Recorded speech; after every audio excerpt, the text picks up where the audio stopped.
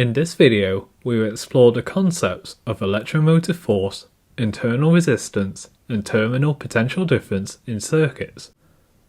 Up until this point, we have only considered ideal cells which have no resistance.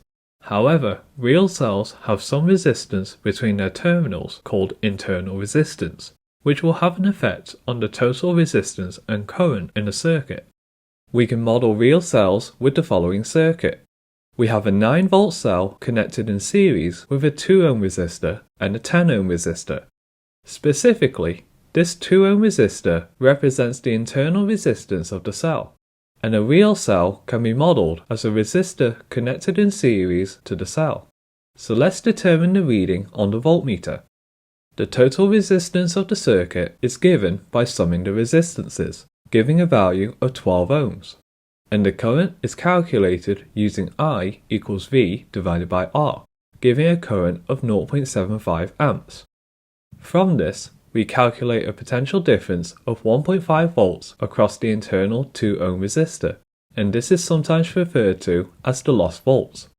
Because of this internal resistance, the potential difference across both the cell and its internal resistance will be equal to 7.5 volts.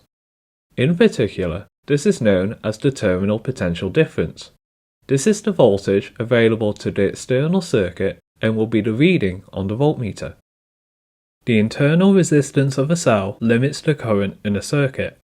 If we connected a wire directly across a cell with no internal resistance, then there would be no resistance in the circuit, and it would result in an infinite current from the definition of resistance. However, in practical terms, this would create a short circuit in a real cell, and the resistance of the circuit will be determined by the internal resistance of the cell.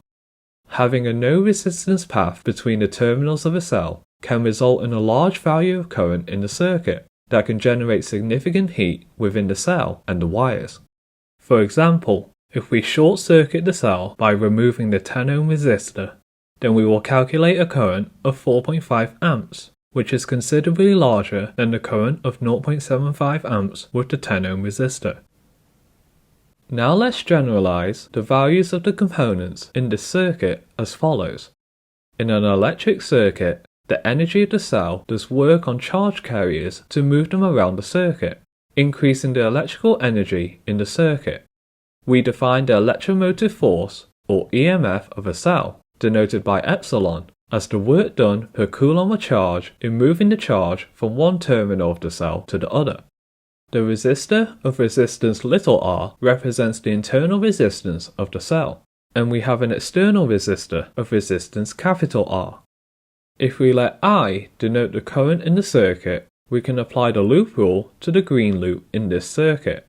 The gains in potential difference come from the EMF of the cell epsilon, while the potential differences across the internal and external resistors contribute to the losses in potential difference, and these are given by the current multiplied by their resistances. By factorizing the current, we get the following expression that relates these quantities together and can be found in the data booklet. More importantly, we noted that the terminal potential difference is the difference between the EMF of the cell and the potential difference across the internal resistance, and this is the voltage available to the external circuit. This will always be lower than the EMF of the cell, and it is only equal to its EMF when there is no current in the cell.